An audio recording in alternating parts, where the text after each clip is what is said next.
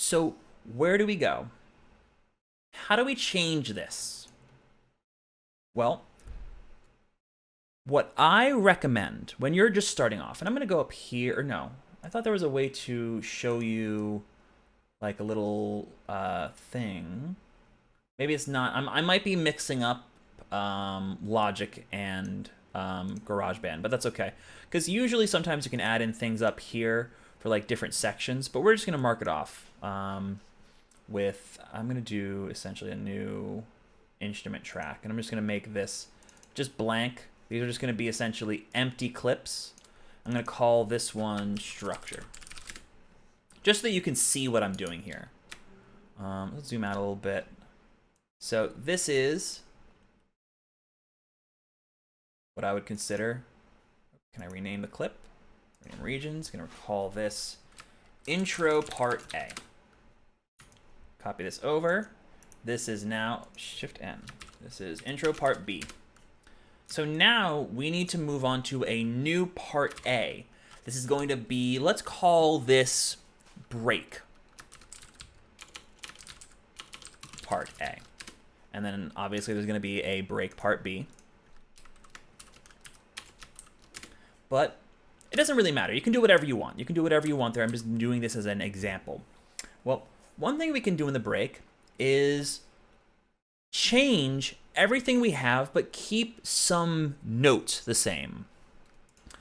I like doing this thing where every 16 bars, I'm only allowed to bring one instrument through to the next section.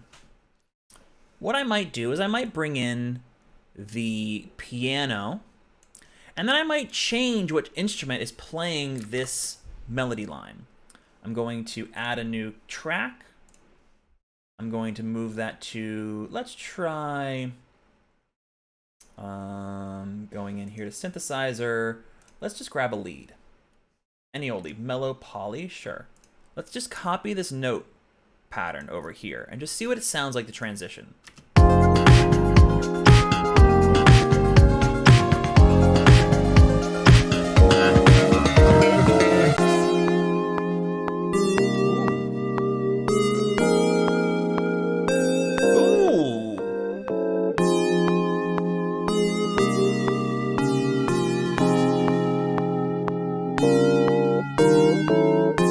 So now all I really want to do is I kind of want to bring this back over just so that we can work with what we have rather than adding in a ton of things. Typically I choose a slightly different sound here, but we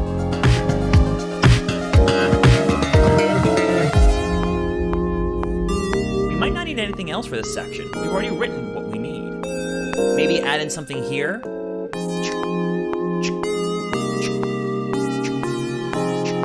So I'm hearing like a clap, right? So let's do a little bit of clever processing here. So I'm gonna grab a input here. It's just gonna take from input 1. It's just gonna be recording. You know what?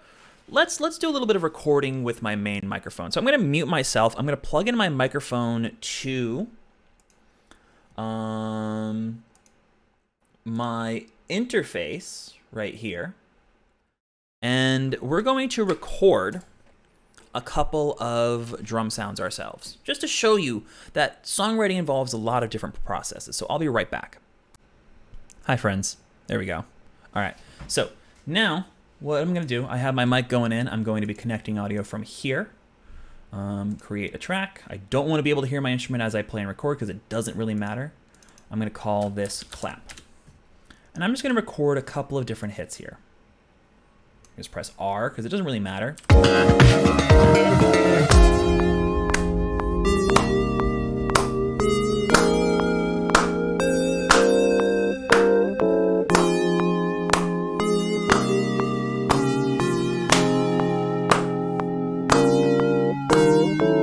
So I don't really care that I wasn't doing it on grid, as I was kind of like, I was hearing like an offbeat thing here, but I want to have a lot of sounds.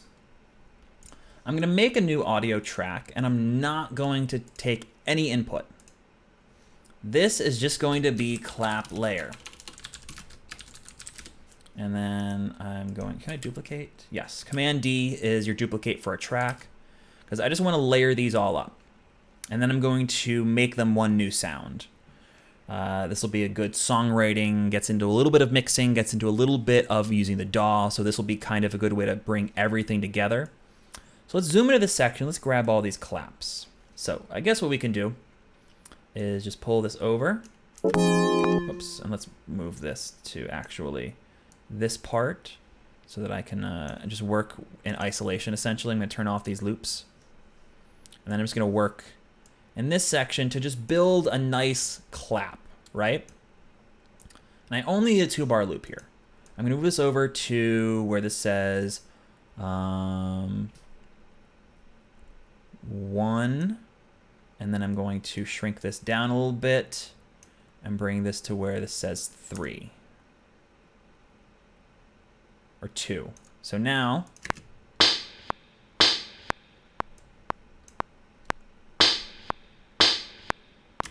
I'm going to actually move this over. Does this have like effects on it? Oh, this is not. Oh, this is actually processing it a little bit, which is good-ish. That's not quite what I was expecting. That's okay. So now I'm just going to kind of cut out this. I'm going to copy this over. I'm going to just cut this down. And we're just going to start layering these claps on top of each other just to see what happens. I don't care if they're perfectly on grid.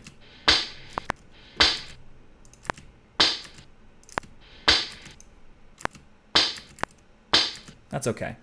That's okay. Because I'm just going to now keep copying this down and just layering a few different clap samples on top of each other. And that doesn't really matter how any individual one sounds. All that matters is that it's a nice, big, thick clap.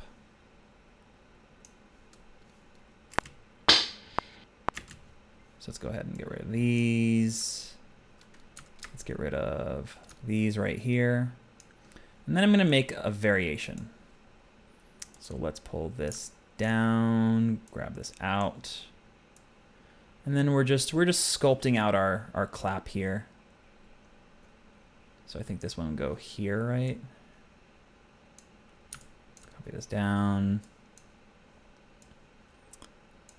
And this is definitely a little bit tedious, I will admit.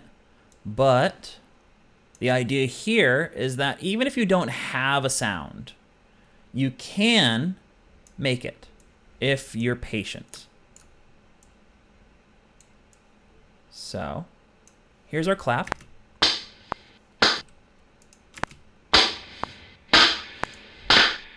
You can see there's a lot of weird processing on that. I wish there was a way to like not do that. I guess, oh, because I recorded through, yeah, okay, I didn't even realize I was using the wrong thing. Okay, so let's just make a new channel. And what happens if I just drag this down here? Does this get rid of it? Yes, okay, so I was using the wrong channel. TIL, that's okay. I'm gonna just duplicate this channel a couple times. And move these all up. So that's something that I am finally learning. But that's okay, because now we're figuring it out. So now we're getting this nice kind of textural layer here.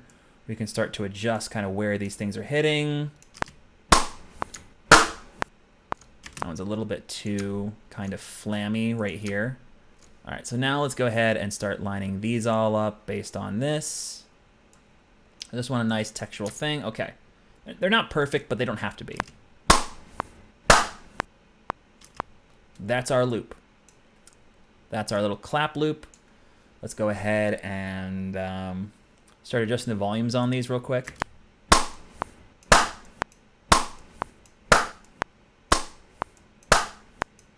Start panning.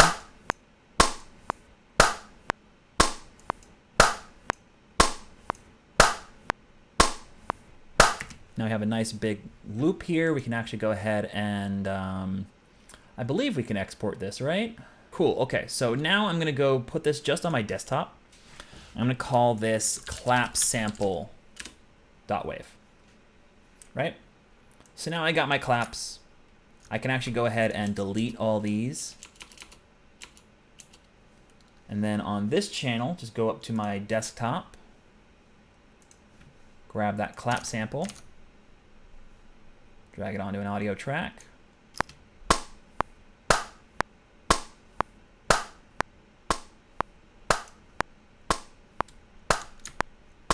Custom claps. Found nowhere else but on this stream. Now let's go back out. Let's get our structure working. Let's loop this over. Let's loop this over. Let's go ahead and keep this looping. And let's see our broader section come together. See how this feels.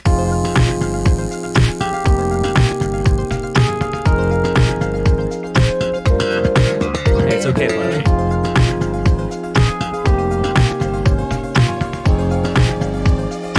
That's very true, Justin.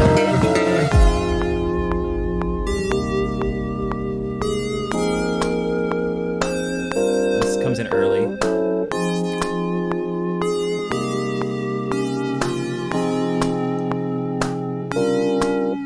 Now, we need to go into a new section. So let's go back into our loops. Let's get a different percussion loop.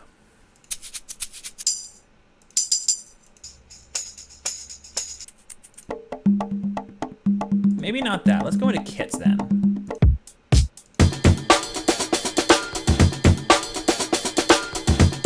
Not bad, but let's go back into here and let's see if we can find our first groove. What do we got? 80s backbeat. Let's go back up to there and see if there's anything else in here. Ooh. Here is the same groove, but no kick. So maybe we could use that here to bring the energy back up before we transition, right? So now I want to start my playhead here. I wonder if it'll actually let me start it. No, it won't. Okay, so let's listen to our full 32 bar arrangement and see how this works.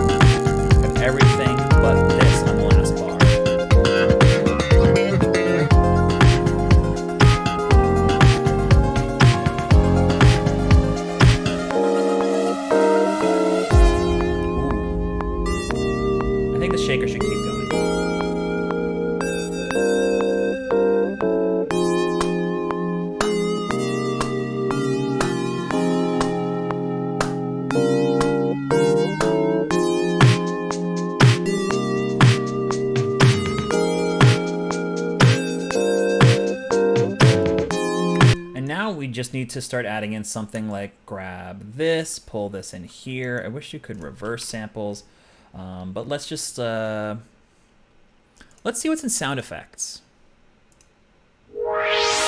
Yeah, let's add that in right at the very end. And let's grab, say,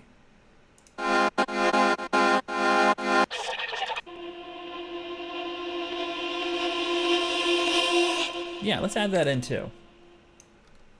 So let's add in 2 new instrument tracks. Let's add in audio, and then duplicate that, pull this down here. Now I want this to come in and right at the very end right here too. I want this to end right here on bar 32, like that. And now I just want to add in one last sample. One last sample. And then I actually think we're done. All I want to do is in these last 4 bars, right here, is just add in a little drum build. So let's see. Let's look in my library right here. Go to sample libraries, go to packs, and then I'm just going to search for snare 120. But I'm actually going to make my own little snare roll here by chopping up just one little hit from this. I'm gonna line this up right there so that if I zoom in, you can see this is right on the grid, like that. So let's go back here, Going do do do do do do do do do do do. That's all I'm really doing here. Do do. All right, so I'm just gonna do a little Tresillo thing here. Do a little bit of advanced music theory shit. Like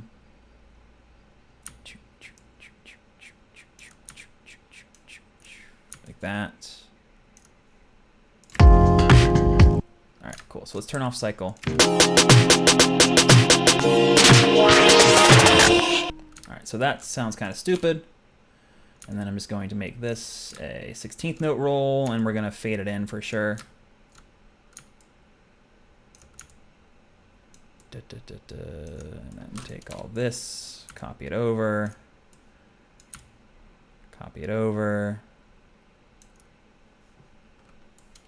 and then actually kind of double this in time.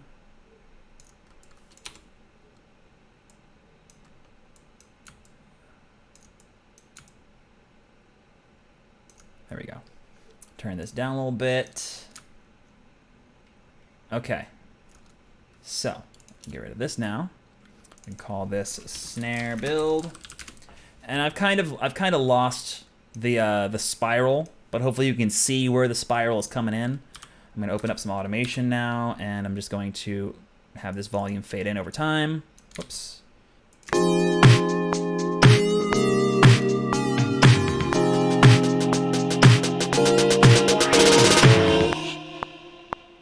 Cool. Okay. So now I just want to hear the whole thing. We've gotten everything in. We've gotten the loop in. So this is basically the start of a song, right? We have a good intro. I would personally want to duplicate this and make this maybe a little bit more interesting. Like maybe add this to quantize or maybe rolling chords. Just copy this down.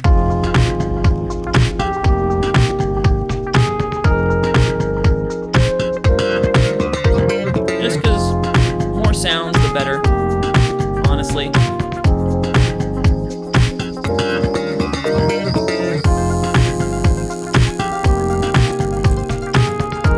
It's actually not too bad.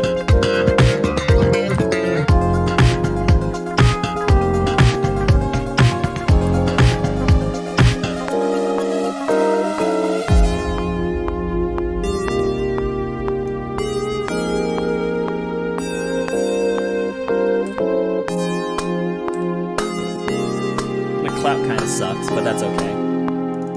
We can do something with this. This will probably be the last thing I do, just to introduce you to this whole stupid thing right here we've been ignoring this whole time. Exactly. No, I'm not going to make the drop.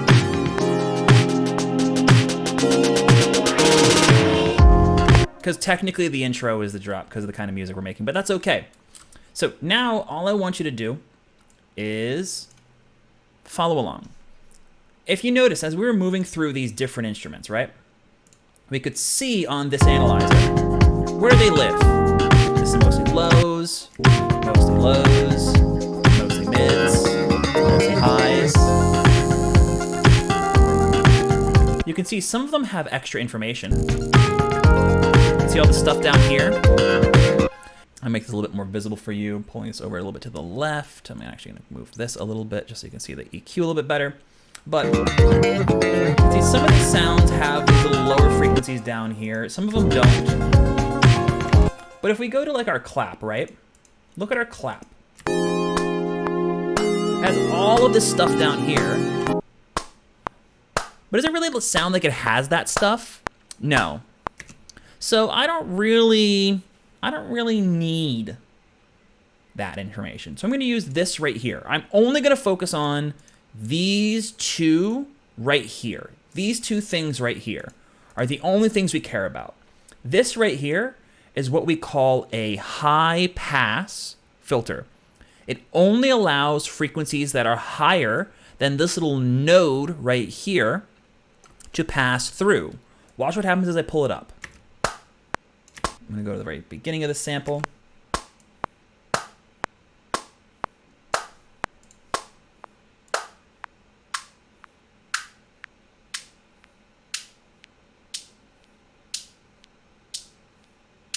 Notice how it gets very thin, right? it is kind of like we are bottling it up in a way. We don't need to get rid of all of that, but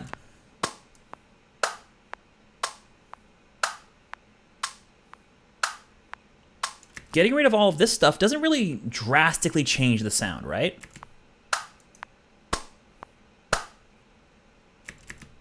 There's definitely like that clear p kind of sound. But do we really need that, right? This still sounds like the clap.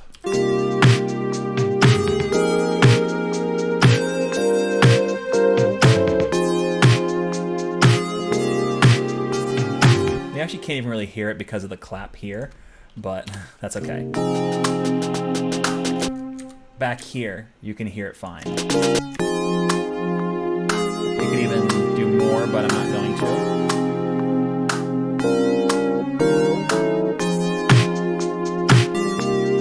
See, and it feels much more connected. We could even go back and do more cleanup stuff like this.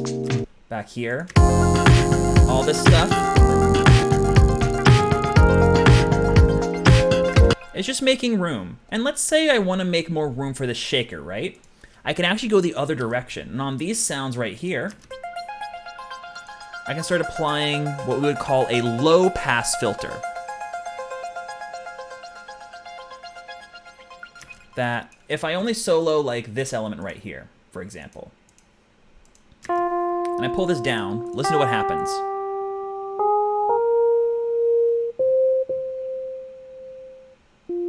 Gets kind of muffled. Kind of like someone's putting their hands over your ears, or like they're trying to put something underwater. It's kind of what it sounds like when your head's underwater. So we can actually create room for other sounds just by removing frequencies that we don't need from a sound. So like going back to these two sounds right here, right? I'm just gonna loop this region. I wish you could do that simpler, but I'm gonna focus on this one on my left ear. I'm gonna pull down all these buzzy frequencies, right?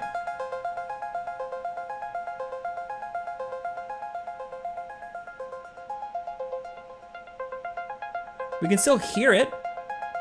We can still totally hear the sound, but we're just carving out a little bit of extra space. This one, do the same thing. I don't need to remove the lower frequencies because you can see it's already removed, but there's a lot more high frequencies now.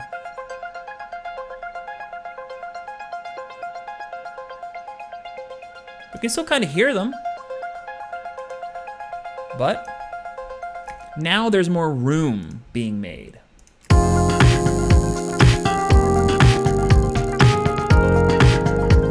Notice that the shaker, if I turn this off, kind of disappears a little bit.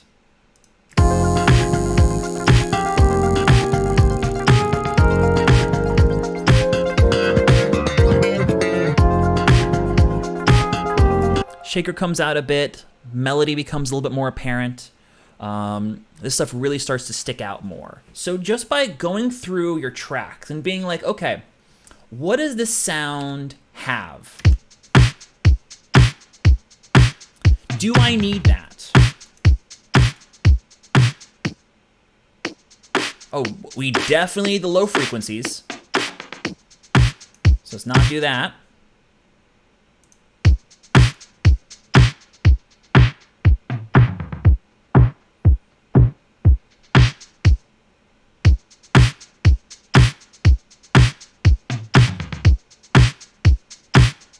But I can get away with a tiny, tiny bit. It doesn't sound like I'm getting rid of a lot, but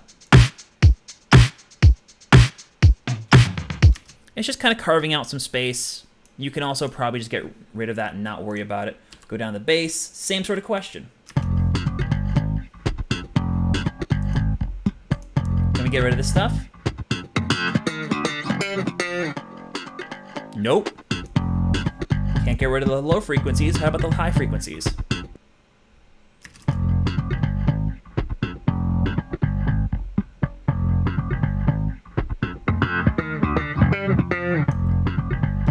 Actually doesn't sound that bad, but what happens when we listen to everything else?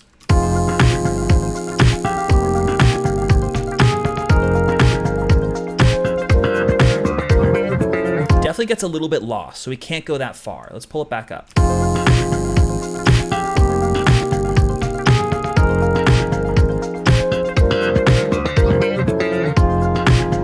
Now I've actually cut off a fair bit of room from this signal, but it doesn't really remove how much it impacts our feeling of it in the song. So just by carving out space and looking at where sounds exist, like this sound exists here. So let's maybe cut out these lowest notes. But they're not super necessary. We don't need to cut off high frequencies, there really aren't many. But having this off means there's all of this information right down here at the very bottom that's conflicting with our bass. So this is what mixing is when it comes down to it.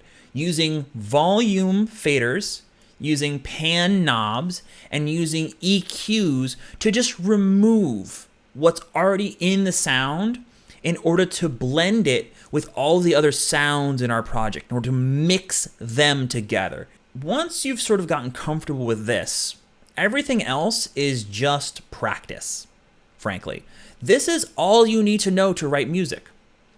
I have literally taught you everything you need to know to get started writing music. Nothing else is required but study. And this is going to be where it stops being fun. I would say up until this point, we've been having a lot of fun. We've been playing around. We've been messing with ideas. We've been exploring. We've been curious. We've been trying different things. We've been recording sounds. We've been writing in sounds. We've been using loops. We've been importing samples. We've been doing all this really cool shit. Now, who wants to see the most boring part of this? The thing that actually gets you better at music. Hopefully you have other people's songs on your computer. If you don't have other people's songs on your computer, go grab some.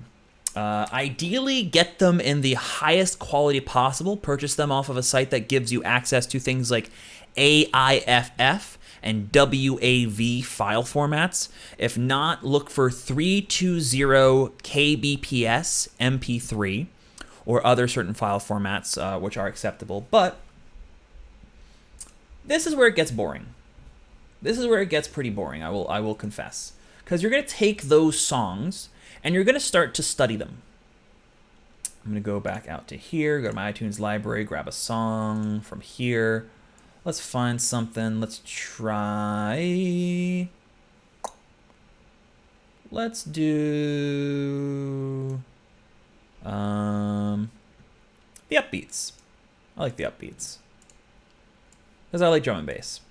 I'm going to take this song and I'm going to drag it into my DAW of choice. It doesn't really matter. All that matters is that I have the ability to load it into my DAW. And like Crumble Noob just showed off, you can't see it on the VOD, but I'll link it in the description of the video below. There is this really quick YouTube video. It's like 2.5 minutes long, 3 minutes long. Not even 2 minutes. Please, like this song to end racism. This is going to talk to you about how you can balance or how you can study from songs by placing them in your project and essentially just playing a game of ghost arrangement, right? So this song, what is it, the Furies original mix, probably going to be around 170. So all I'm going to do, as you can see, there's like very clear divisions on this song. I'm just going to drag this up. I know, if you know the tempo, set the tempo. If you don't know the tempo, there's a really easy way to check. The song starts right there. We can see there's a big change right around here. Let's zoom in. You see this thing? That's probably where it's happening. So let's turn this up just a little bit. Bam. Looks like it locked into place at 172. So now, with the metronome on, play your song. Ooh, seems locked in.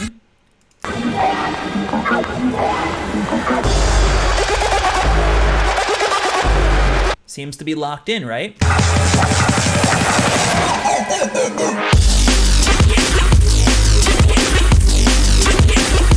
Really really cool. Some banging drum and bass, right? Extend this out. So now we're gonna only need instrument tracks from now on. And this instrument track's not gonna have anything. We're gonna turn this volume all the way down. This first one, I'm gonna label structure, because there's no way to do this inside of GarageBand. Outside of this, it kind of sucks, but that's okay. I'm just gonna put this one on, say this. Now, I'm just gonna create MIDI clips. Going to stretch this one out to be the length of these first 16 bars. And I'm gonna rename this one intro. I'm gonna do this while I'm listening to the song, by the way. I'm gonna go with this section. All right, I'm gonna call this section, let's call this main theme. As you can see, it looks like we have kind of these really clearly defined 16-bar groups. If I copy this over, it looks like there's a really clearly defined 16-bar group here. So now we can call this build, because it sounds like a build-up. Copy this over. Looks like we're pretty consistently just doing these little 16-bar sections. This one looks like it's a little bit maybe shortened, or maybe I think I just, yeah, I just have this 1 bar too long, that's all. I just have this idea 1 bar too long. There we go. Copy this over, and you can see, you can just go through, not every genre will be like this. Not every song will have this same type of structure that you can set apart. I'm gonna call this drop, and then this will be like a drop 2, and this will be like drop 3, this will be break, and you can just keep going and just kind of using whatever names. You can also do A, B, C, D, D, D. This is an A again. This is a B again. And then there's a D, because we kind of skip a section there. But it'll generally fall into either 8-bar, 16-bar, or 4-bar groupings. You will occasionally find things that are outside of that, but don't worry too much about it when you're just starting off. Just try and look for, when does this section feel like it's ending, and when does this next section feel like it's beginning? That's gonna give you the structure of your song. Make a new clip of just software instruments or just MIDI. I'm gonna call this drums. I'm gonna give this just a drum set icon. Now I'm gonna listen to this track. Every time I hear drums in a section, I'm gonna create a clip. It doesn't matter where the drums are in the song. All that matters is that I have them placed in this. Oh, that's why. Oh, okay, that makes sense now. I didn't even know you could even do that, but now I know. 32-bar trance music, yes. But like, this will be, you know, drums. And every section you see drums, this is gonna go. Now let's say drums don't appear in the beginning, but the drums come in here. Drums are just gonna go for here, and then they'll go away. And then the drums will come back right here, right? You're gonna do the same thing for your bass. Do the same thing for your chords, for synthesizers. Just look for broad categories of sounds. If you don't know how to differentiate things like chords and melodies and stuff, just call this melody, or call this synth sounds, or call this real sounds, or whatever you can to just look for the broader categories of sounds, like drums, bass, melodic instruments, chord instruments, effects, vocals. Then just go in, once you're done with that, add in a new, whoops, oh, I found the thing. Oh, I found the arrangement thing. Okay, so I just found a thing that I wasn't expecting to find. I'm doing Command-Shift-T to show that stuff. And this, now I can actually take all these things here. I was wondering where that was. Oh, there we go. Intro. Oh, look at that. Don't even need this anymore. Yeah. Look at that. Look at that. Look at that structure you can set it. And you can name these whatever you want. This is not consistent with any sort of naming convention. You just gotta rename it or use the things that you like. But now that you have this, go and make a new track. I'm gonna call this one kick drum. Go in here, make a bass drum. Do I hear a kick drum here? Nope. Do I hear a kick drum here? Nope. Nope. There's the first place I hear a kick drum. So let's go in here, make a little clip.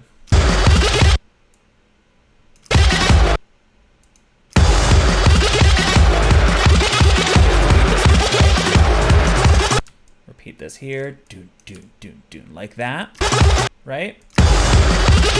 And it starts to look like the kick drum is playing, in our project, even though there's no sound here. Even though there's no sound, these clips are going to represent the sound. And you can go as in-depth as you want. You can just create one block for it, but I think at the very least, making the individual hits identifiable is good, like when you get to this drop. There's a kick right there. And the kick doesn't appear for a while. It looks like it's right here. Right? Now we can copy this over, see if it works the same way. Looks like it does. Looks like we can just keep copying then. And that's going to be just the process of just like, okay, well, that works. Can I do this? Yes. Okay, I have to get rid of that one, and then it works. Let's duplicate that. Does this work? Oh, nope, I got to get rid of this one and get rid of these. And you're starting to develop out every single sound from the song. It's going to train your ear, and it's going to help you notice how to do certain things from taking the artist that you love and figuring out how they do what they do. If you know how the people who inspire you make the music they make, you've all of a sudden learned how to make the music you want to make. Because otherwise, why are they your favorite artists if you don't want to make music that sounds like them, right? So, this is the most boring part. This takes a while. This takes a long time to do because you have to identify every element. The first couple times you do it, you're not going to necessarily even notice every element. So don't worry about it. If you can't identify everything, just identify what you can, then move on to the next song. Then identify what you can, and then move on to the next song. And then after you've done that 3 or 4 times, come back to this first song and look through and see if there's anything you notice that's new. I think that should do it for this topic. I can't think of anything else that I want to say about it. I think that should about wrap it up. Hopefully that is enough to kind of cover, honestly, your first 6 months, your first year of production can be solved just by doing that one thing and following that video.